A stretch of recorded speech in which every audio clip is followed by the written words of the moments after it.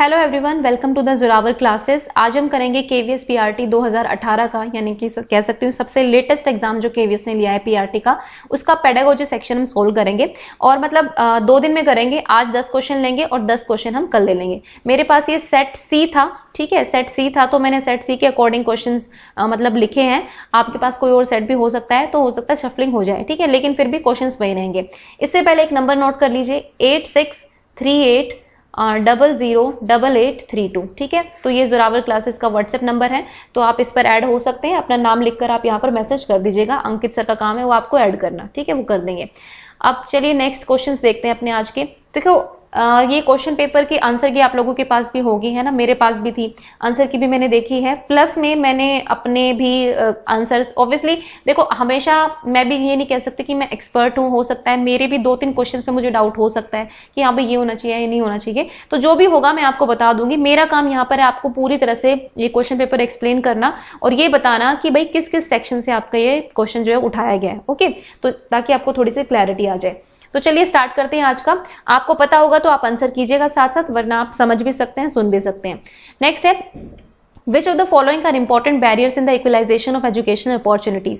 देखो, शिक्षा के अवसर में समानता की महत्वपूर्ण बाधाएं क्या हैं? आपको पता है कि हमारे देश में, अगर मैं अपने देश की बात करूं तो यहाँ पर शिक्षा के जो अवसर हैं वो समान रूप से लोगों को नहीं मिलते हैं ना। मतलब इसमें बहुत सारी डिस्पैरिटीज होती हैं, वो भले ही कास्ट बेस्ड हो, जेंडर बेस्ड हो, बहुत सारी चीजें होती है ना। तो उनके अवसर जो होते हैं वो असमान होते हैं। मतलब किसी को बहुत अच्छी एजुकेशन मिलती है, किसी को बिल्कुल भी नहीं मिलती है। तो उनमें बहुत सारी बाधाएं हैं, वो आपको सेलेक्ट करनी है इसमें से, ठीक है। इनमें से कुछ बाधाएं होंगी और कुछ बाधाएं नहीं होंगी, तो आपको बाधाएं सेलेक्ट करनी है। देखो अब हम एक एक इसको ऑप्शन को आराम से मैं आपको एक्सप्लेन करूंगी, ठीक है, थोड़ा सा पेशेंस रखना। देखो फर्स्ट है differences in the economic status of the learner. Economic मतलब उसकी आर्थिक स्थिति में अंतर। यहाँ पर सीधे सीधे आपकी पैसे की बात है ना, क्योंकि आर्थिक का मतलब ही है कि आपके पास कितनी सुविधाएं हैं, और सुविधाएं आपको पता है कि वो आप पैसे से ही आती हैं। मोस्टली मैं इकोनॉमिक सुविधाओं की बात कर रही हूँ, ठीक है। देखो आपका सबसे अच्छा एग्जाम्पल इसका मैं आज के दौर का ले सकती हूँ, ऑनलाइन एजुकेशन से, है ना, ऑनलाइन एजुकेशन सिस्टम से। क्योंकि आपको पता है कोविड-19 की वजह से जो है एजुकेशन सिस्टम जो है पूरा हैम्पर हुआ है, उसमें बहुत ज्यादा प्रॉब्लम्स आई हैं। लेकिन ऑनलाइन एजुकेशन के थ्रू जो है इस चीज की भरपाई करने की कोशिश की जा रही है। लेकिन आप एक बात बताओ, जितने भी गरीब लोग हैं जिनके पास बेसिक सुविधाएं तक नहीं है, रोटी कपड़ा मकान के लिए वो लोग जद्दोजहद करते हैं, क्या उनके बच्चों को ये ऑनलाइन एजुकेशन प्रॉपर रूप से मिल रही है? देखिए कुछ बच्चे तो ऐसे भी हैं जिनका अभी तक कॉन्टेक्ट नंबर ही चेंज हो गया है, स्विच ऑफ हो गया, तो उन तक स्कूल वाले पहुंच ही नहीं पा रहे हैं। अगर मैं सरकारी स्कूलों की बात करूं, मैं प्राइवेट स्कूल की बात नहीं कर रही, मैं आपको उन स्कूल्स की बात नहीं कर रही जो हाई फाई स्कूल्स हैं, है ना, क्योंकि उन लोगों के पेरेंट्स इतने अवेयर हो जाते हैं, उन लोगों के पेरेंट्स को पैसे की इतनी चिंता नहीं होती, उनको अपने बच्चे की एजुकेशन पर ध्यान देते हैं वो लोग। लेकिन अगर मैं गरीब लोगों की बात करूं, है ना, जो बिल्कुल पुअर कैटेगरी से हो गए, बिलो पॉवर्टी लाइन हो गए, इन बेचारों के पास क्या है? इन लोगों को अपनी रोटी की ज्यादा टेंशन है बजाय कि बच्चों की पढ़ाई के। तो इन लोगों के पास ना बेसिक मोबाइल फोन्स मिलते हैं, ना इनके पास आपको लैपटॉप्स मिलेंगे, ना इनके पास इनके पास आपको टैबलेट्स मिलेंगे। कैसे अपने बच्चों को पढ़ाएंगे ना? इनके बच्चों को क्या ऑनलाइन एजुकेशन अच्छे से मिल पा रही है? तो इसका आंसर है नो, यानी कि इनको शिक्षा में समान अवसर नहीं मिल पा रहे हैं, क्योंकि इनका इकोनॉमिक स्टेटस जो है वो बहुत लो है, इनके पास पैसे नहीं है ना, सिंपल भाषा में कहूं तो यानी कि ये एक बैरियर होगा ही होगा, ठीक है। ये तो भाई जग जाहिर है, आप देख सकते हैं। मैंने एक दिन मैं न्यूज चैनल पर देख रही थी, एक बच्चा जो है गरीब घर का है, तो उसके मम्मी से या पापा से उन्होंने पूछा रिपोर्टर्स ने कि क्या आप कैसे पढ़ा रहे हैं? तो उन्होंने कहा कि हम पढ़ाएं कहाँ से मैडम, हम तो खाने के ही हमारे पास बड़े वो हो गए हैं, तो हम कहाँ से क्या पढ़ाएंगे? अभी पढ़ाने की सुध नहीं है उनको अपना पहले खाना चाहिए, क्योंकि भाई जीने के लिए सबसे जरूरी तो आपका ये खाना है ना, वही नहीं मिल पा रहा है इन बेचारों को, तो ये कहाँ किस एजुकेशन पर ध्यान देंगे, ठीक है। तो यानी कि ये तो ऑब्वियसली एक बैरियर होगा।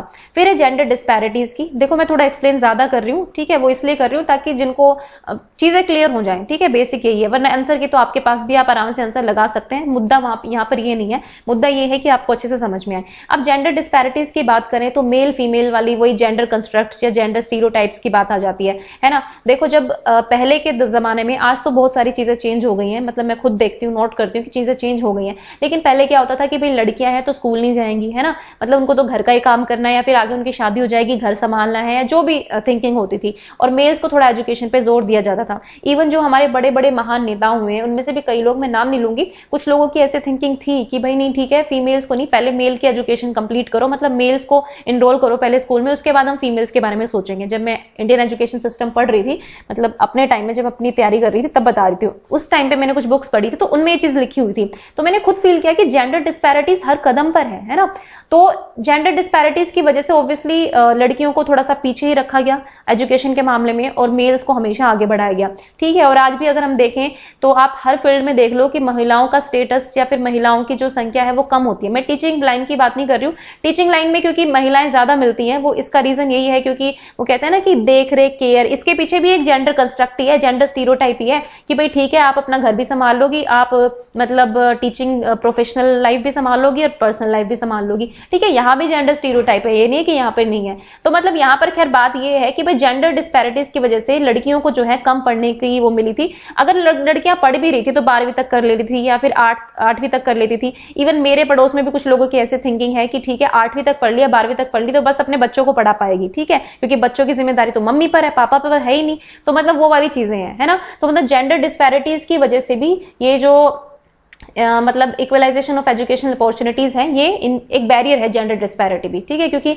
इसकी वजह से जो है लड़कियों को हमेशा से पीछे रखा गया और लड़कों को हमेशा आगे बढ़ाया गया। मैं आज के सिस्टम की बात नहीं कर रही हूँ, हो सकता है हर किसी की फैमिली में नहीं होता है ऐसा, लेकिन मैं मोस्टली बात कर रही हूँ आपको, ठीक है। वो आप सभी को पता है कि ये चीजें हैं, आज भी हैं ये चीजें, है ना। आज भी शादी पर ज्यादा, एजुकेशन पर कम जोर दिया जाता है, तो ये चीजें आप ध्यान रखना। नेक्स्ट है कॉमन स्कूल सिस्टम। देखो common school system is not a barrier, ये आप हटा देना इसको पहले से। क्यों हटा देना इसको? देखिए कॉमन स्कूल सिस्टम की सबसे पहले बात की गई थी 1964 के एजुकेशन कमीशन में, जिसको हम कोठारी कमीशन भी कहते हैं, 94-96 तक चला था। उसके बाद एनपी 1968 में जिक्र किया गया, उसके बाद एनपी 86 में जिक्र किया गया इसका, ठीक है। कॉमन स्कूल सिस्टम लाएंगे इंडियन एजुकेशन सिस्टम में। कॉमन स्कूल सिस्टम का मतलब क्या है कि कोई किसी तरह का डिवीजन नहीं रह जाएगा, ना सरकारी स्कूल होंगे ना प्राइवेट स्कूल होंगे, मतलब एक ही लेवल के स्कूल होंगे, ठीक है, एक ही लेवल के स्कूल होंगे, उनका ऐसे सेग्रीगेशन नहीं होगा, ये प्राइवेट स्कूल है, ये भाई सेमी प्राइवेट है, या फिर ये इस तरह का स्कूल है, ये एनजीओ चला रहा है, ये वो चला रहा है, या फिर ये सरकारी स्कूल है। मतलब एक सिस्टम लाना है और हर बच्चा जो है इन सिस्टम मतलब इस एजुकेशन सिस्टम में आएगा और मतलब शिक्षा ग्रहण करेगा, तो इक्वलाइजेशन ऑफ एजुकेशन अपॉर्चुनिटीज उसको मिलेंगी, ठीक है। और ठीक भी है, अगर आप प्राइवेट और गवर्नमेंट का ये भेद ही मिटा देंगे तो हर बच्चा एक ही तरह के स्कूल में पढ़ रहा है, तो ऑब्वियसली हर सेक्टर से, हर स्टेक होल्डर का इसमें अपना पूरा एफर्ट होगा, 100% होगा। भाई सरकारी स्कूल के टीचर्स के बच्चे भी यहीं पढ़ेंगे, ठीक है, बड़े बड़े हाई इनकम ग्रुप वाले लोगों के बच्चे भी यहीं पढ़ेंगे, तो वो भी थोड़ा ध्यान देंगे कि हमें स्कूल मैनेजमेंट पे और इन चीजों पे थोड़ा कंट्रोल रखना है कि हमें एजुकेशन सिस्टम जो है वो सुधरे, ठीक है। वो भी नेताओं पर प्रेशर बनाएंगे, है ना, प्रेशर ग्रुप्स वगैरह होते हैं। तो मतलब ये चीज एक बैरियर नहीं है, बल्कि ये एक अच्छी चीज है कॉमन स्कूल सिस्टम की बात करें तो, ठीक है। लेकिन ये आया नहीं अब तक इंडिया में, ठीक है, ये भी बात सुन लो। Differences in the standards of education institution, तो वो आपको पता ही है कि प्राइवेट स्कूल जो है वो बेसिक फैसिलिटीज बहुत अच्छी प्रोवाइड करते हैं, हर तरह का कोच मिलता है आपको वहां पर, हर तरह की एक्टिविटीज वहां पर मिलती है। फिर अगर हम गवर्नमेंट सेक्टर की बात करें तो यहाँ पर आपको टीचर रिक्रूट होके मिलते हैं, है ना। मतलब मैं ये नहीं कह रही कि टीचर्स बेकार मिलते हैं, जो भी है, मतलब हो सकता है कुछ टीचर्स का एटीट्यूड ऐसा होता है कि ठीक है सरकारी नौकरी है, कर लेंगे जिस तरह से बढ़ रहा है मामला, है ना। फिर ऊपर से गवर्नमेंट स्कूल्स में बेसिक फैसिलिटीज जो होती हैं वो बच्चों को पूरी नहीं मिलती हैं, टॉयलेट्स अच्छे नहीं मिलते हैं, सफाई नहीं होती है वहां पर, ठीक है। और मतलब बैठने की डेस्क, कई लोग तो बच्चे दरी पर बैठे रहते हैं, घंटों दरियों पर बैठे रहते हैं, ना। मतलब बहुत सारी चीजें ऐसी हैं जो प्राइवेट स्कूल में ज्यादा मिल जाती हैं, यहाँ गवर्नमेंट स्कूल्स में कम रहती है, तो इस वजह से भी डिस्पैरिटीज आ जाती हैं, ठीक है। तो यानी कि ए, बी और डी होगा, ठीक है। तो ए, बी, डी कौन सा है? Option number 3 is the correct option. ये थोड़ा लंबा क्वेश्चन था क्योंकि इसमें एक्सप्लेनेशन ज्यादा था, ठीक है। चलिए नेक्स्ट क्वेश्चन देखते हैं। नेक्स्ट है what is not a major concern of the school on the development of child's language competence. ये आपका क्वेश्चन लैंग्वेज डेवलपमेंट से और लैंग्वेज टीचिंग से आ गया है, ठीक है। ये वाला देखो, पिछला जो क्वेश्चन था वो आपका इंडियन एजुकेशन सिस्टम से था, एक अगर मैं कहूं तो एजुकेशन अपॉर्चुनिटीज, ठीक है, इसमें इक्वालिटी, इक्विटी, वहां से वो क्वेश्चन आया था आपका। और ये आपका आया है बेसिकली लैंग्वेज डेवलपमेंट एरिया से, मतलब इसमें सीडी चाइल्ड डेवलपमेंट की बात नहीं है यहाँ पर बेसिकली जो लैंग्वेज टीचिंग है या फिर लैंग्वेज स्किल्स होती हैं उससे रिलेटेड है, जिसमें second language, first language acquisition सब कुछ आ जाता है, ठीक है। तो देखो what is not a major concern, तो आप आपके सामने 4 चीजें हैं, इनमें से आपको ये बताना है कि कौन सी जो है मुख्य कंसर्न की बात नहीं है हमारे लिए अगर हम बच्चे की लैंग्वेज कॉम्पिटेंस की बात करें। ठीक है, देखो लैंग्वेज कॉम्पिटेंस होता क्या है, अगर बच्चा भाषा का उपयोग जो है बड़े अच्छे तरीके से कर पा रहा है अपनी रियल लाइफ में, दैट इज हिज और हर लैंग्वेज कॉम्पिटेंस। ठीक है, तो मतलब अगर वो भाषा को समर्थता के साथ यूज कर पा रहा है ना, सबसे कम्युनिकेट, देखो भाषा का मेन मकसद क्या होता है कि हम कम्युनिकेशन कर पाए, हम एक दूसरे के साथ कम्युनिकेट कर पाए, क्योंकि हम ह्यूमन बीइंग्स हैं, हमें ये वरदान मिला है भगवान की तरफ से कि हम लोग जो है कम्युनिकेट कर सकते हैं, है ना। एनिमल्स वगैरह में ऐसी चीजें नहीं होती कि वो हर चीज को समझा सके, हर इमोशन को बोल के समझा सके, लेकिन हमें ये मिला है, हमें ये अपॉर्चुनिटी मिली है। तो बेसिक हमारा काम होता है कि बच्चा जो है अपनी लैंग्वेज यूज करने में एफिशिएंट हो पाए, है ना, फ्लुएंसी आ पाए, करेक्ट हो पाए वो चीज में, उसको ग्रामर अच्छे से आए, मतलब ग्रामर ना भी आए तो ना, वो चीजें नहीं होती है, लेकिन फ्लुएंसी जो है मतलब बोल पाए वो अच्छे से, है ना। मेनली हमारा यही होता है क्योंकि हम कम्युनिकेशन करना चाहते हैं। ठीक है, भाषा का मेन रोल होता है कि आप कम्युनिकेट अच्छे से कर पाए। वो कम्युनिकेट आप चाहे लिखित रूप से करिए, चाहे आप मौखिक रूप से करिए, वो आपका अच्छा होना चाहिए। तो बताओ फटाफट इसमें क्या आंसर होगा। देखो issues related to articulation and literacy, यानी कि उच्चारण और साक्षरता। साक्षरता में आपकी रीडिंग और राइटिंग दोनों आ जाती है ना, स्पीकिंग। देखो आप बोलना सीख जाएं, आप पढ़ना और लिखना सीख जाए, बेसिकली साक्षर वो कहलाता है जिसको पढ़ना या लिखना आता है ना। रीडिंग और राइटिंग आती है, अगर रीडिंग करें और राइटिंग, ये 2 बेसिक चीजें आनी चाहिए, तब आप साक्षर कहलाते हैं। तो ये तो होना ही चाहिए। साथ ही साथ उच्चारण, आपकी प्रोनाउंसिएशन जो है, आपका आर्टिकुलेशन जो है वो बहुत अच्छा होना चाहिए। अगर वही गलत है तो आप दूसरों तक अपनी बात समझा कैसे पाएंगे, है ना। तो ए ऑप्शन तो बिल्कुल कंसर्न है, तो इसमें नॉट पूछा जो नहीं है।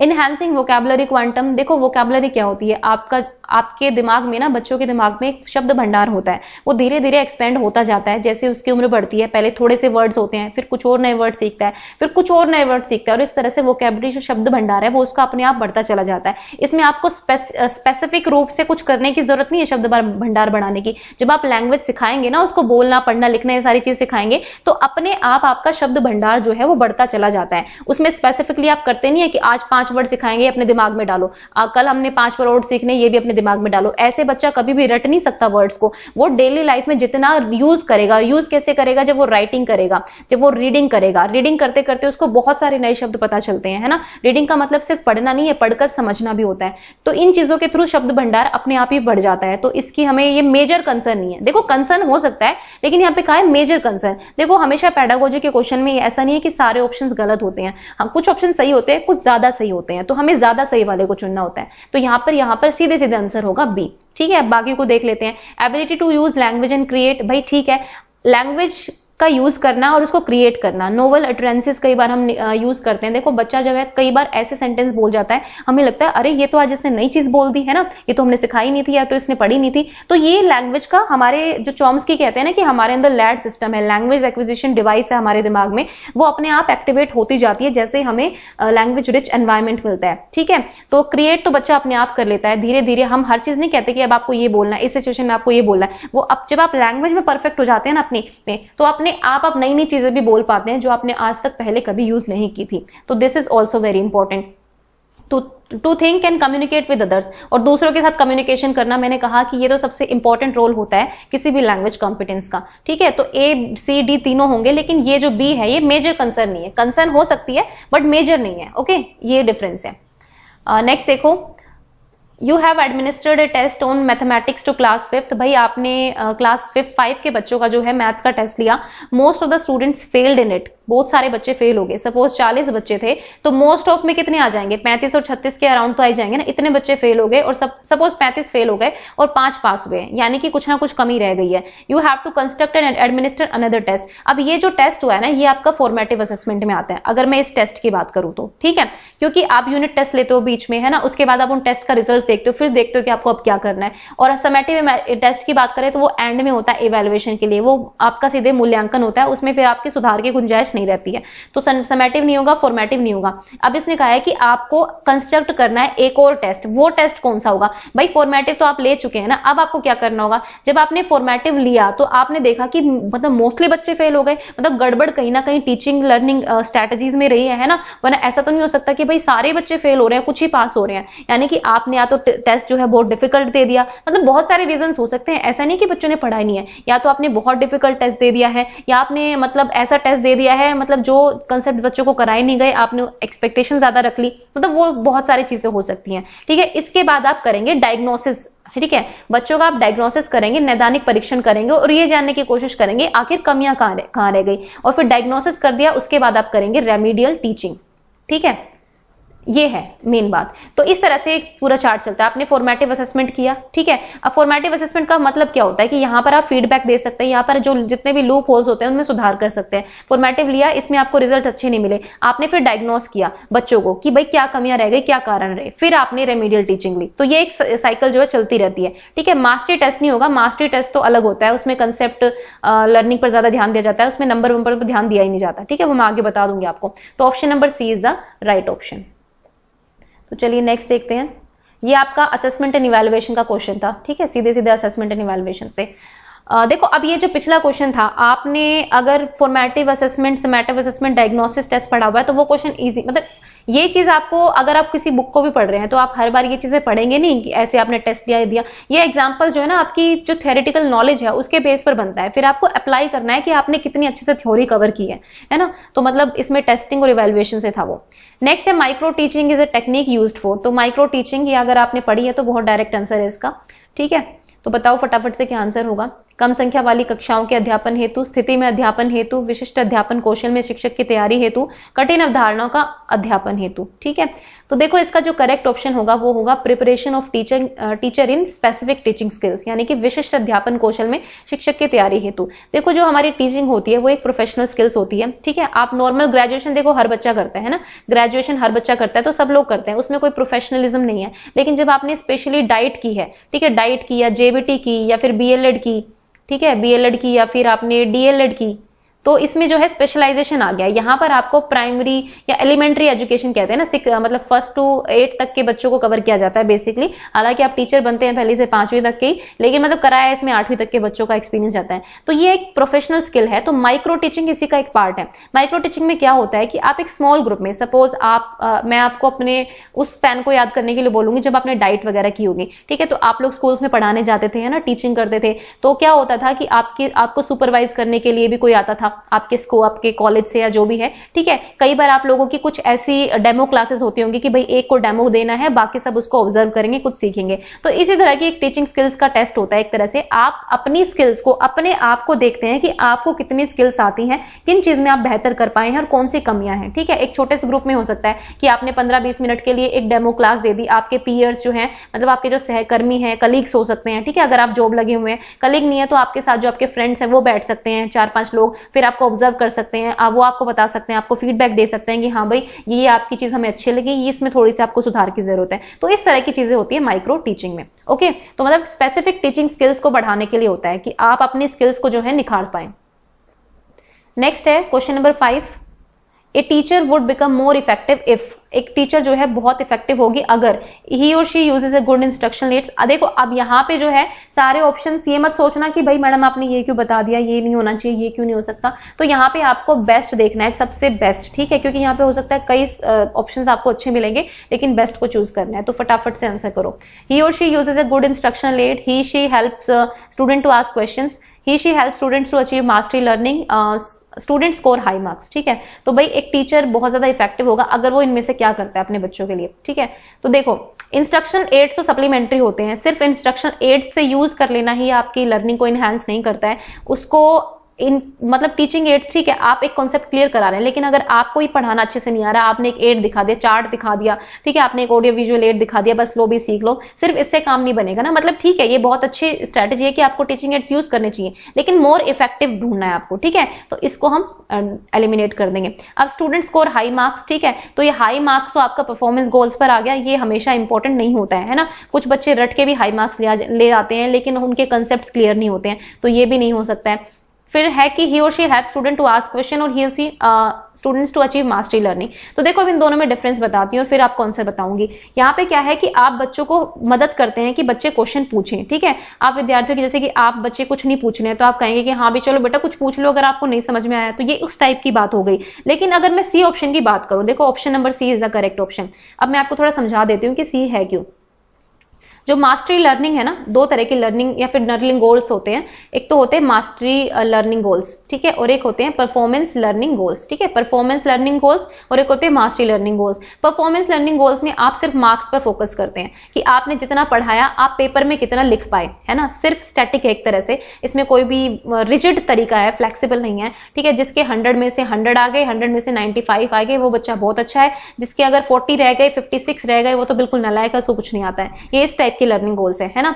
और अगर हम मास्टरी लर्निंग गोल्स की बात करूं तो इनका मतलब होता है कि आपको बच्चे को कंसेप्ट को मास्टर करना सिखाना है, कि जो भी कंसेप्ट है उसमें बच्चा मास्टर्स कर पाए। भले ही वो पेपर में ना लिख पाए, लेकिन जब आपसे पूछो ना बेटा ये क्या होता है, तो वो अपनी भाषा में इस तरह से समझा दे आपको कि आपको लगे कि वाओ क्या नॉलेज इसकी मिली है ना। कंसेप्ट क्लैरिफिकेशन पर यहाँ पर ध्यान होता है, यहाँ पर मार्क्स पर या नंबर्स पर ध्यान नहीं होता है, ठीक है। हो सकता है कुछ बच्चे ना लिखने के भी चोर होते हैं, वो लिखते नहीं है, उनका मन ही नहीं करता लिखने का। उनसे पूछो बेटा इसका आंसर क्या होगा, हाँ मैडम ये आंसर होगा, उनको सब पता होता है लेकिन लिखते नहीं है। तो पेपर जो आपका ये पेन पेपर टेस्ट होता है ना, ये हमेशा आपका अच्छे से एनालिसिस नहीं कर सकता है कि आप कितना बेटर सीख पाए हैं। मास्टरी लर्निंग गोल्स हमेशा कहा जाता है एजुकेशन सिस्टम में कि आपको फोकस करना है मास्टरी लर्निंग गोल्स पर, ठीक है। इन गोल्स पर जब आप फोकस करेंगे तब देखेंगे आपकी बच्चों में बहुत सुधार होगा। आपने कई IAS IPS के आपने इंटरव्यूज देखे होंगे जब कहते हैं कि हम तो 10वीं में से 50% लेकर आए थे, हम सिर्फ 60% लेकर आए थे, लेकिन अब वो IAS IPS बन चुके हैं। वो क्यों बन चुके हैं? क्योंकि उनके जो गोल्स थे वो मास्टरी लर्निंग गोल्स थे। उन्होंने कंसेप्ट क्लैरिफिकेशन पर और उन चीजों पर ध्यान दिया, सिर्फ मार्क्स पर या आपने परफॉर्मेंस पर नहीं ध्यान दिया। और देखो परफॉर्मेंस वाले में यहाँ पर कंपैरिजंस होते हैं, ठीक है, इसलिए सरकार जो है ग्रेडिंग सिस्टम लेकर आई थी कि यहाँ पर कंपैरिजंस हो रहे थे परफॉर्मेंस लर्निंग गोल्स में, ठीक है। तो मतलब इसमें ये बोला जाता है कि भाई ठीक है बच्चों के नंबर आ गए, आप रैंकिंग कर दो फिर बच्चों की, है ना, ये फर्स्ट है, सेकंड है, थर्ड है। तो परफॉर्मेंस गोल्स हमेशा याद रखना कि performance learning goals are not better than the mastery learning goals. So mastery learning goals are always better than the performance learning goals, ठीक है। तो टीचर को हमेशा मास्टरी लर्निंग पर ध्यान देना चाहिए, कंसेप्ट क्लैरिफिकेशन हो जाना चाहिए बच्चे को। तो option number C is the right option. Next देखते हैं। नेक्स्ट है what type of efforts are needed to be made in learning of mathematics in early primary years that is up to 4th। भाई early primary year की बात हो रही है, यानी कि यहाँ पर खैर क्लास 4th की बात की है। तो उन्होंने कहा है कि कौन से तरह के एफर्ट्स जरूरी है मैथमेटिक्स को लर्न करने में, है ना। देखो मैथ्स क्या होता है, मैथ्स का आपको सबको पता है कि अगर बचपन से ही डर बैठ जाए मैथ का तो फिर आगे तक बच्चा सुधार नहीं कर पाता है। तो हम इसमें क्या करेंगे ये आपको बताना है ना। डायग्नोसिस लर्निंग डिफिकल्टीज, भाई उसकी अधिगम कठिनाइयों को पहचाने। एनरिचमेंट प्रोग्राम प्रोवाइड करना, कंप्लीटिंग द कोर्स कॉम्पिटेंसीज, या फिर इंश्योरिंग रेगुलरिटी इन अटेंडिंग स्कूल, ठीक है। तो ये तो होगा नहीं है, मतलब अटेंडेंस में रेगुलरिटी से क्या मैथ्स आ जाएगा? बिल्कुल नहीं आएगा। फिर कोर्स को सिर्फ कंप्लीट करने से मैथ्स आ जाएगा? बिल्कुल नहीं आएगा। अब यहाँ पर बात आई दो चीजों की, ठीक है। अब इनरिचमेंट प्रोग्राम, देखो जब थोड़े बड़े बच्चे होते हैं ना तो उनको इनरिचमेंट प्रोग्राम प्रोवाइड किया जाता है, छोटी छोटी वर्कशॉप लगाई जा सकती हैं, वो सारी चीजें बड़े बच्चों के लिए तो इफेक्टिव है। लेकिन जब हम बात करते हैं ना प्री प्राइमरी अर्ली प्राइमरी बच्चों की, तो बहुत छोटे बच्चे होते हैं, इन प्रोग्राम्स की वैल्यू क्या है वो नहीं समझ पाते हैं। हमें यहाँ पर डायग्नोसिस लर्निंग डिफिकल्टीज पर ध्यान देना होगा। Option number A is the right option. आपने सुना होगा कि एरर्स जो हैं वो बहुत इंपॉर्टेंट होते हैं।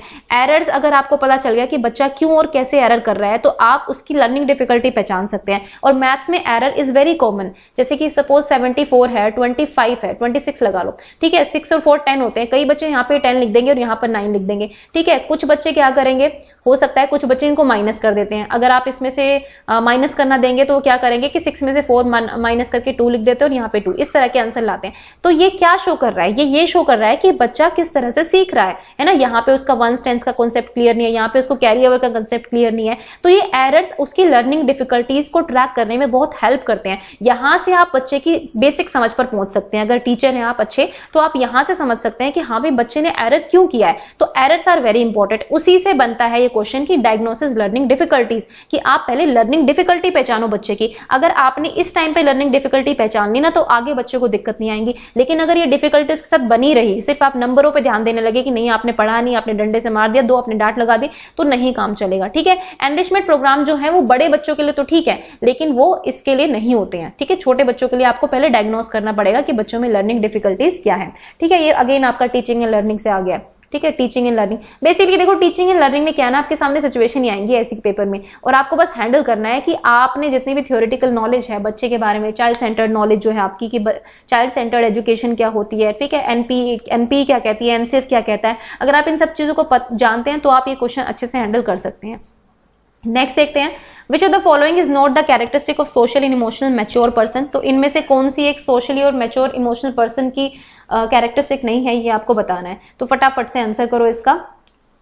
ही makes conformity to social expectation his primary goals, मतलब सोशल एक्सपेक्टेशंस को कंफर्म करना, एक तरह से सामाजिक अपेक्षाओं पर खरा उतरना उसका प्रमुख लक्ष्य बना लेता है, तो ये होगा। ठीक है, नहीं बताना है क्या नहीं होगी, ठीक है, क्या होगी उससे मतलब नहीं है, क्या नहीं होगी उससे मतलब है।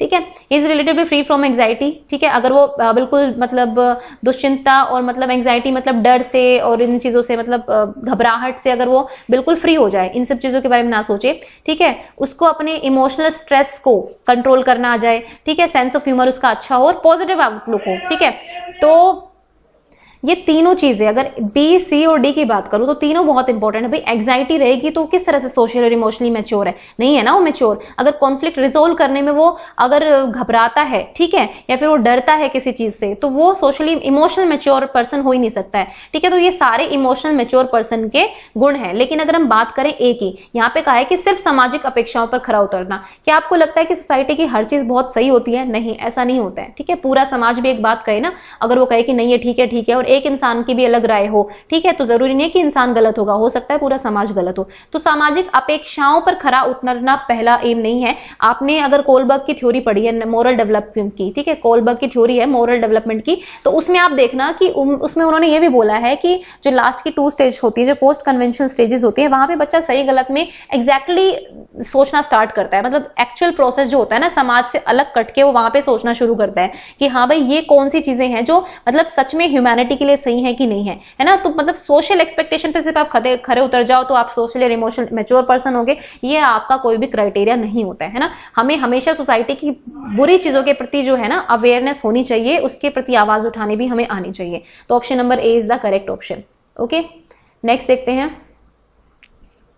This is something very difficult question I would say, क्योंकि अगर मैं होती, एग्जाम दे रही होती, तो मैं ऑप्शन डी लगा देती इस क्वेश्चन में। ठीक है, और आप में से भी बहुत सारे बच्चे सोचते होंगे कि ऑप्शन नंबर डी होगा, तो देखो ऑप्शन नंबर डी नहीं होगा इस क्वेश्चन का आंसर। पहले मैं आपको समझा दूं कि क्वेश्चन क्या है। क्वेश्चन ये है कि emotional response to symbolic stimuli is primary result of. ठीक है, देखो मैंने ये क्वेश्चन जब फर्स्ट टाइम देखा तो मुझे लगा कि यही होना चाहिए इसका आंसर। ठीक है, then I check the answer की, और आंसर की चेक की तो मुझे पता चला कि लर्निंग आंसर है। फिर मुझे लगा कि भाई लर्निंग गलत होगा, क्योंकि आंसर की हमेशा सही, 1-2 क्वेश्चन हमेशा गलत होते ही हैं। ठीक है, फिर थोड़ा सा सर्च किया, इसके ऊपर रिसर्च की, तो देखो एनसीईआरटी की जो बुक है, एनसीईआरटी की क्लास 11th की, उसमें एक लर्निंग चैप्टर है। ठीक है, हालांकि एग्जैक्ट आंसर नहीं दिया गया उसमें, लेकिन अगर मैं आपको उससे समझ से बताऊं तो ये लर्निंग होगा इसका आंसर। ठीक है, वो क्यों होगा आप थोड़ा समझा देती हूँ, मतलब जितना मुझे समझ में आया मैं आपको समझा देती हूँ। हो सकता है कि आपके पास भी कुछ एक्स्ट्रा ज्ञान हो तो आप मतलब इसको मैच कर लेना, एक तरह से एसिमिलेट कर लेना, या फिर अकोमोडेट करना चाहते हो तो वो भी कर सकते हो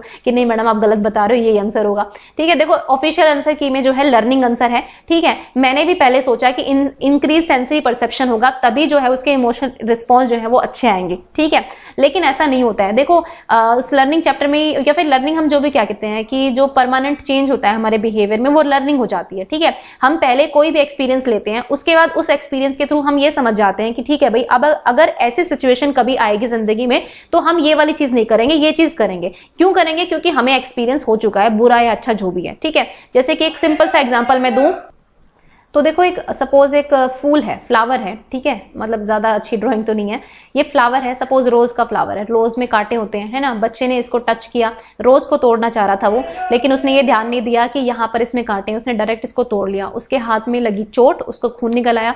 बच्चे ने क्या लर्न किया कि भाई फ्लावर तोड़ने से पहले जो है ना मैं देखूंगा, और ये चीज बच्चा जरूर देखा, जब नेक्स्ट टाइम वो फ्लावर तोड़ेगा ना तो वो जरूर देखेगा कि उसमें कांटे हैं कि नहीं है। और ये हमारी भी लर्निंग है, हम भी बड़े लोग हैं, सपोज हमें भी नहीं पता था, एक फ्लावर हमने ऐसा देख लिया, ठीक है, उसको हमने ले लिया हाथ में, जो भी ले लिया। ठीक है, जब मैं केवी में थी तो उत्तराखंड में एक प्लांट होता था कंडाली, तो उसको टच करते ही ऐसा हो जाता था कि आपके हाथ में जो है रैशेस हो जाते थे, जलन होने लगती थी, वो प्लांट ही ऐसा था। ठीक है, तो मैंने जब फर्स्ट टाइम मेरा हाथ उस पर टच हुआ तब मुझे पता चला कि ये कोई ऐसा प्लांट है। फिर मैंने उसके बारे में सर्च किया, पूछा, तो पता चला कि हाँ भाई इस पर हाथ टच नहीं करना है क्योंकि ये बहुत डेंजरस प्लांट है। ठीक है, तो मतलब ये मेरी लर्निंग हो गई। अब मेरी बिहेवियर में वो चीज परमानेंट हो गई। जितने भी साल में 3 साल में रही, मैंने जब भी कंडाली प्लांट देखा मैंने कभी नहीं टच किया, क्योंकि बहुत मतलब ऐसा प्लांट है और बहुत ज्यादा कॉमन था वहां पर। तो ये एक तरह की लर्निंग होगी, क्योंकि मेरा जो रिस्पॉन्स था उस चीज को लेकर तो वो एक तरह से परमानेंट हो गया मेरे बिहेवियर में, वो लर्निंग होती है। अब यहाँ पर क्वेश्चन ये है कि emotional response to symbolic stimuli. देखो स्टिमुलस क्या होते हैं, अब यहाँ पे रोज प्लांट था, इसके कांटे थे, वो स्टिमुलस है। वो कंडाली प्लांट है, वो स्टिमुलस है। स्टिमुलस क्या होते हैं? उद्दीपन वो होते हैं जो हमारे वातावरण में प्रेजेंट होते हैं, जिनके साथ हम इंटरैक्ट करते हैं, और इंटरैक्ट करने के बाद हमें कुछ ना कुछ उसका एक पॉजिटिव या नेगेटिव इफेक्ट होता है हमारे ऊपर। ठीक है, यहाँ पर सिंबॉलिक स्टिमुलाई की बात हुई है। सिंबॉलिक स्टिमुलाई में आपके जेस्चर्स आ सकते हैं, है ना, आपकी साइन लैंग्वेज आ सकती है, ठीक है, आपके साइन बोर्ड्स आ सकते हैं। ट्रैफिक रूल्स में आपने साइन बोर्ड्स देखे होंगे ना, इन सब को देख के आपने ट्रैफिक रूल्स में जब आपने लाइसेंस बनवाया, आपको ये पता है कि हाँ भाई ये वाला रूल हमें फॉलो करना है ट्रैफिक में। अगर आप फॉलो नहीं करेंगे तो इसके कॉन्सिक्वेंसेज होंगे। तो क्या आप इसको हर बार ये करेंगे कि आप फॉलो नहीं करेंगे? नहीं, आप इसको फॉलो करेंगे। ये आपका बिहेवियर में जो है परमानेंट हो जाएगी लर्निंग। क्यों होगी? क्योंकि अगर आप फॉलो नहीं करेंगे आपको चालान देना पड़ सकता है, आपका एक्सीडेंट हो सकता है, ऐसे बहुत सारे साइन बोर्ड्स होते हैं, है ना। तो ये सिंबॉलिक स्टिमुलाई हुए ना। तो ये जो इमोशनल रिस्पॉन्स, जो भी आपका रिस्पॉन्स इस पर आएगा, वो क्यों आएगा? वो क्योंकि आपकी एक लर्निंग हो चुकी है कि अगर हमने इन कुछ किया तो हमें कुछ ऐसे से कॉन्सिक्वेंसेस भी हो सकते हैं, या भाई हमें अपनी सेफ्टी के लिए ऐसा करना चाहिए, कोई भी कंसर्न हो सकता है। ठीक है, तो ये आपकी लर्निंग ऑलरेडी हो चुकी है, इसीलिए आपके रिस्पॉन्स जो है इन सिंबॉलिक स्टिमुलाई की तरफ ये आएंगे ही आएंगे। ओके, तो this is the part of learning. Okay, I hope कि थोड़ा सा क्लियर हुआ होगा। इससे ज्यादा मैं आपको इसमें क्लियर नहीं कर पाऊंगी, मैंने आपको बहुत सारे एग्जांपल दे दिए हैं। तो ये अधिगम का एग्जांपल है। जितने भी इमोशनल रिस्पॉन्स आते हैं हमारे सिंबॉलिक स्टिमुलाई के प्रति, वो हमारे अधिगम होते हैं। और अगर हमारा रिस्पॉन्स जो है वो सिर्फ एक बार आया, 2 बार आया, फिर हमने कभी किया ही नहीं, है ना, तो वो हमारा अधिगम होता ही नहीं है, वो लर्निंग होती ही नहीं है। वो क्या होती है आपकी? वो हैबिचुएशन हो सकता है जो एक टाइम पे आके छूट जाएगी, है ना। वो आपकी परफॉर्मेंस हो सकती है, वो जो छूट जाएगी। एक टाइम पे आप अच्छा परफॉर्म कर रहे हो, एक टाइम पे आप बुरा परफॉर्म कर रहे हो। वो परफॉर्मेंस वगैरह, हैबिचुएशन वगैरह, वो अलग चीज है। जब लर्निंग क्या होती है? जब आप परमानेंटली अपने दिमाग में आपने उस चीजों को बिठा लिया है, फिर आपके जो रिस्पॉन्सेज आते हैं वो आपके लर्निंग पर बेस्ड आते हैं। ठीक है, तो am I clear to you? I think मतलब हो चुकी होंगी मैं क्लियर आपकी तरफ से, है ना। तो ये बी इसका ऑप्शन करेक्ट होगा, और आंसर की में भी यही था, और मुझे भी अब लगता है कि यही आंसर होगा। ठीक है, और अगर आपको डाउट हो तो गाइज थोड़ा सा आप लोग भी सर्च करना, थोड़ा पढ़ना, क्योंकि मैं जितना समझा सकती थी मैंने आपको समझा दिया। नेक्स्ट है द कॉन्सेप्ट ऑफ आईईपी, यानी कि इंडिविजुअलाइज एजुकेशनल प्लान। ठीक है, ये इंक्लूसिव एजुकेशन से क्वेश्चन है आपका, इंक्लूसिव एजुकेशन से क्वेश्चन है। और जो आईईपी है ये बहुत इंपॉर्टेंट है, ये आईईपी इंडिविजुअलाइज एजुकेशन प्रोग्राम। देखो ये आईईपी होते क्या है? एक्चुअली इनमें जो है पूरी प्लानिंग की जाती है, लेकिन ऐसा नहीं किया जाता कि अलग से प्लानिंग कर रहे हैं आप एक बच्चे के लिए। आपने पहले गोल सेट कर लिया, जो भी कर लिया, आपको पता है कि क्योंकि इंक्लूसिव एजुकेशन की बात हो रही है तो आपको पता है क्लास में हर तरह का बच्चा होता है। ठीक है, लेकिन इंक्लूसिव एजुकेशन ये नहीं कहते कि सिर्फ स्पेशल एजुकेटर ही पढ़ाएगा इनको, नहीं, ये नॉर्मल क्लास में पढ़ेंगे, लेकिन जो इनकी स्पेशल चीजें हैं ना उसके लिए आप स्पेशल एजुकेटर हायर कीजिए। ठीक है, आप उसके लिए प्लानिंग थोड़ी सी अलग कीजिए, ये है। लेकिन इनके जो बेसिक गोल्स होंगे, एम्स ऑफ एजुकेशन होंगे, वो कॉमन बच्चों के साथ ही होंगे। ठीक है, तो चलो इस पे थोड़ी सी नॉलेज मैंने आपको दे दी है, अब आप फटाफट इसका आंसर करो। Current strength of the learner, भाई कौन सा आईईपी पर बेस्ड नहीं है ये आपको बताना है। ठीक है, current strength of the learner, individual goals to be achieved, use of cooperative learning strategy, separating children on the basis of ability grouping. ठीक है, तो फटाफट से इसका आंसर कीजिए। देखो इसका आंसर सीधे सीधे होगा ऑप्शन नंबर डी। ठीक है, एबिलिटी ग्रुपिंग क्या होती है? हम हमेशा मिक्स्ड ग्रुपिंग करने की सोचते हैं। अगर हम बात कर रहे हैं इंक्लूसिव एजुकेशन की या फिर चाइल्ड सेंटर्ड एजुकेशन की, तो ये बोला जाता है कि आप मिक्स ग्रुपिंग कीजिए। आपकी उस ग्रुप मतलब आपके क्लास में हर तरह का बच्चा होना चाहिए, जिसको थोड़ा कम आता है, जिसको बहुत ज्यादा आता है, जो एवरेज है, ये सब बच्चे मिलके पढ़ेंगे, तभी आपकी लर्निंग जो है बच्चों की बहुत अच्छी होगी। अगर आपने अलग कर दिया इन बच्चों को, सपोज आपने स्पेशल बच्चों को अलग कर दिया, आपने एवरेज वालों को अलग कर दिया, आपने हाई अचीवर्स को अलग कर दिया, तो ये क्या सीखेंगे आपस में? जब तक डाइवर्सिटी नहीं होगी क्लास में, कुछ सीखने के लिए होगा ही नहीं। आपके पास भी वही स्किल्स है, मेरे पास भी वही स्किल्स है, हम क्या सीखेंगे एक दूसरे से, है ना। तो कोऑपरेशन और जो हम कोलैबोरेटिव लर्निंग सब की बात करते हैं ना, वो सब आपका ये मिक्स्ड ग्रुपिंग में होता है। तो एबिलिटी ग्रुपिंग तो आपको करनी नहीं है। इससे होता क्या है कि बच्चे बहुत ह्यूमिलेटेड फील करते हैं, क्लास के नाम पड़ जाते हैं, ये नालायक बच्चों की क्लास है, एफ सेक्शन तो नालायकों का सेक्शन है, ए सेक्शन इंटेलिजेंट बच्चों का सेक्शन है, तो इस तरह से हो जाता है। तो ये आईईपी कभी नहीं कहता इस तरह की सेग्रीगेशन करने की। इसमें आईईपी में बोला जाता है कि आपको बच्चे की लर्नर की स्ट्रेंथ देखनी है बजाय की कमियां। उसकी कमियों पर फोकस मत कीजिए, उसकी स्ट्रेंथ पर फोकस कीजिए। इंडिविजुअल्स गोल आपको अचीव करने हैं। आपको पहले गोल्स जो एम्स है, एम्स ऑफ एजुकेशन आपको वही रखने हैं जो दूसरे बच्चों बच्चों के साथ हैं। भाई एम्स तो आपको उस बच्चे के लिए भी वही टारगेट है ना, लेकिन उस एम्स के बाद जब आप गोल सेट करते हैं हर एक बच्चे के लिए, वो इंडिविजुअल होने चाहिए, ठीक है। यानी कि इस बच्चे के लिए जो है मुझे इतना इंप्रूवमेंट चाहिए, इस बच्चे के लिए मुझे इतना इंप्रूवमेंट चाहिए। कोऑपरेटिव लर्निंग स्किल्स, आप पीयर लर्निंग को प्रमोट करेंगे क्लास में, ताकि वो बच्चे जो है सबके साथ मिलकर आ पाए। देखो बेसिकली इंक्लूसिव एजुकेशन में मेन क्राइटेरिया ये था कि जितने भी डिसेबल बच्चे होते हैं ना, जो शारीरिक रूप से विकलांग है या जो फिर मतलब थोड़े बहुत इंपेयरमेंट्स है जिनको भी, तो वो लोग भी अच्छे से पढ़ पाए, है ना। उनको आप सोसाइटी भी उनको अलग कर देती है और मतलब स्कूल भी अलग कर देंगे, तो वो बच्चे कहां जाएंगे। तो ये बेसिक आइडिया था इंक्लूसिव एजुकेशन का, ठीक है। तो यहां पर हम इन तीनों चीजों का यूज करते हैं, लेकिन हम फोर्थ का यूज नहीं करेंगे। ओके, तो option number D is the correct option. चलो लास्ट क्वेश्चन देख लेते हैं। A generalized view or characteristic that ought to be possessed by men or women constitutes, ठीक है। अब ये क्वेश्चन बहुत आसान है ना, ये बहुत मतलब मैं कहूंगी कि बहुत इजी क्वेश्चन आ गया आपके लिए। तो चलो बताओ फटाफट से। देखो इसका जेंडर रोल्स क्या होते हैं, आपको पता है कि मैं मेल हूं या फीमेल हूं, ये आपको पता है, ये आपके जेंडर रोल्स हैं, ठीक है। देखो वैसे तो जेंडर रोल्स जो है सोशली कंस्ट्रक्ट होते हैं, बायोलॉजिकल कंस्ट्रक्ट में आपको, ठीक है, ये पता आपकी बायोलॉजिकल स्ट्रक्चर का आपको पता चलता है। जेंडर रोल्स का मतलब यहाँ पर ये होता है कि हाँ आपको ये पता है कि भाई मैं मेल हूं तो मेरे ये रोल है, मैं फीमेल हूं तो मेरे ये रोल है, ठीक है। फिर अपने अपने रोल्स पता है आपको, मेरे को मेरे पता है, आपको अपने पता है, ठीक है। वो जेंडर आइडेंटिटी जो है वो ही आप मेल है कि फीमेल है, ये आपकी जेंडर आइडेंटिटी है, ठीक है। अब डिस्पैरिटी होती है जब आप भेदभाव करने पे आ जाते हैं ना, जेंडर असमानता, ठीक है। भाई मेरे घर में एक लड़का है एक लड़की है, तो मैं लड़की को नहीं पढ़ने दूंगी, मैं लड़के को भेजूंगी, ठीक है। ये मैं डिस्पैरिटी कर रही हूं। अब यहां पर क्या है कि जनरलाइज्ड व्यू, सामान्यीकृत, मतलब जो आम जनता में या आम लोगों में जो एक व्यू होता है किसी भी जेंडर को लेकर कि भाई मेल्स के ये रोल होने चाहिए, फीमेल्स के ये रोल होने चाहिए, वो क्या होता है, जेंडर स्टीरियोटाइपिंग, ठीक है। देखो अगर हम सिर्फ स्टीरियोटाइप्स को पढ़ें तो ये कुछ ऐसी रूढ़िबद्ध धारणाएं होती हैं जो पहले से हमारे दिमाग में होती हैं और हम पहले से ही बायस्ड हो जाते हैं, है ना। अगर मैं पहले की कास्ट सिस्टम की बात करूं तो कास्ट सिस्टम में 4 कास्ट थी, ठीक है। पहले को लोग पहले से ही बायस्ड थे, मतलब है तो आज भी, मैं मना नहीं करूंगी, कास्टिज्म आज भी सोसाइटी में है, किसी को भी बुरा लगने की बात नहीं कर रही हूं, लेकिन ये है, ये ग्राउंड रियलिटीज अगर आप देखेंगे तो ये चीजें अभी भी प्रिवेलिंग है, ठीक है। खैर हम ज्यादा उसमें नहीं जाएंगे। तो स्टीरियोटाइप क्या होता है कि आपने सोच लिया है कि हम भाई इस इंसान से हम बात नहीं करेंगे क्योंकि ये यहां से आता है, इस इंसान से बात नहीं करेंगे क्योंकि ये गरीब है, ठीक है, इस इंसान से हम दोस्ती रखेंगे क्योंकि ये अमीर, अमीरों का लाइफस्टाइल ऐसा होता है, ठीक है। ये आपके स्टीरियोटाइप्स हैं जो आपने दिमाग में बना रखे हैं। लेकिन जब आप जेंडर को स्टीरियोटाइप के साथ जोड़ देते हैं, इसमें स्पेसिफिकली हम जेंडर की बात करते हैं कि ठीक है भाई मेल है फीमेल है, ऐसा होना चाहिए। देखो सोसाइटी में कुछ लोग बैठ जाते हैं जो रूल्स बना देते हैं, है ना, जो मतलब कि बिना किसी नॉलेज के, बिना किसी समझ के वो लोग कुछ रूल्स सेट कर देते हैं कि ठीक है लड़कियां हैं, लड़कियों को यहां तक पढ़ाएंगे। मतलब अभी भी आप गांव में जाएंगे ना, जो ठेठ गांव होते हैं जिसको मैं कहती हूँ, जहां पर एजुकेशन सिस्टम अच्छे से नहीं पहुंच पाया, वहां पर भी सेट रूल्स होते हैं कि इतने के बाद शादी कर देनी है, ठीक है, लड़कियां यहां नहीं जा सकती हैं, लड़कियां ऐसे कपड़े नहीं पहन सकती हैं, ठीक है, ये वाले। अगर हम अपने घर से बात करें तो आप देखिए जो छोटा बच्चा होता है तो पहले से ही माँ बाप ना ये जेंडर स्टीरियोटाइपिंग उनके दिमाग में होती है कि भाई ऐसा ऐसा, उसी सोच के साथ वो आगे बढ़ती है ना। इसको अच्छा घर बार मिलना चाहिए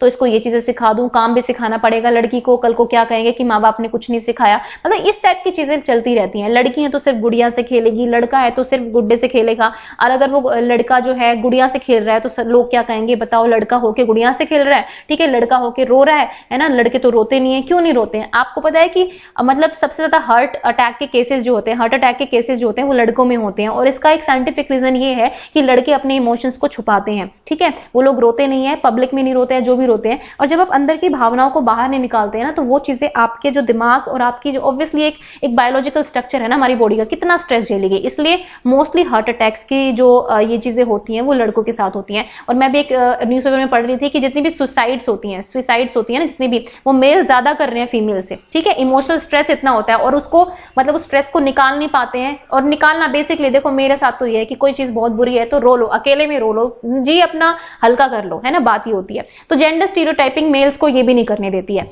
तो मतलब है दोनों तरफ से भेदभाव तो चलता ही रहता है, सिर्फ लड़कियां नहीं सफर करती, लड़के भी बहुत सफर करते हैं। तो answer number D is the right option, ठीक है। तो देखो गाइज ये थे आपके 10 क्वेश्चंस केवीएस पीआरटी एग्जाम में जो पूछे गए थे। नेक्स्ट 10 क्वेश्चंस को हम कल कवर कर लेंगे और फिर हमारा अपना वही सीरीज जो है वो कंटिन्यू रहेगी जो हम लर्निंग का कर रहे थे, ठीक है। लर्निंग में हमारे पैवलो, स्किनर वगैरह ये चीजें भी हैं, लर्निंग की थ्योरीज हैं। तो कोशिश करूंगी कि नेक्स्ट वीडियो उन थ्योरीज के ऊपर क्वेश्चंस बने, ठीक है। तो चलिए ये आज की वीडियो का था, आज का जिस्ट जितना भी था। आपको वीडियो कैसी लगी कमेंट सेक्शन में जरूर बताएं। And thank you for watching the Zorawar classes.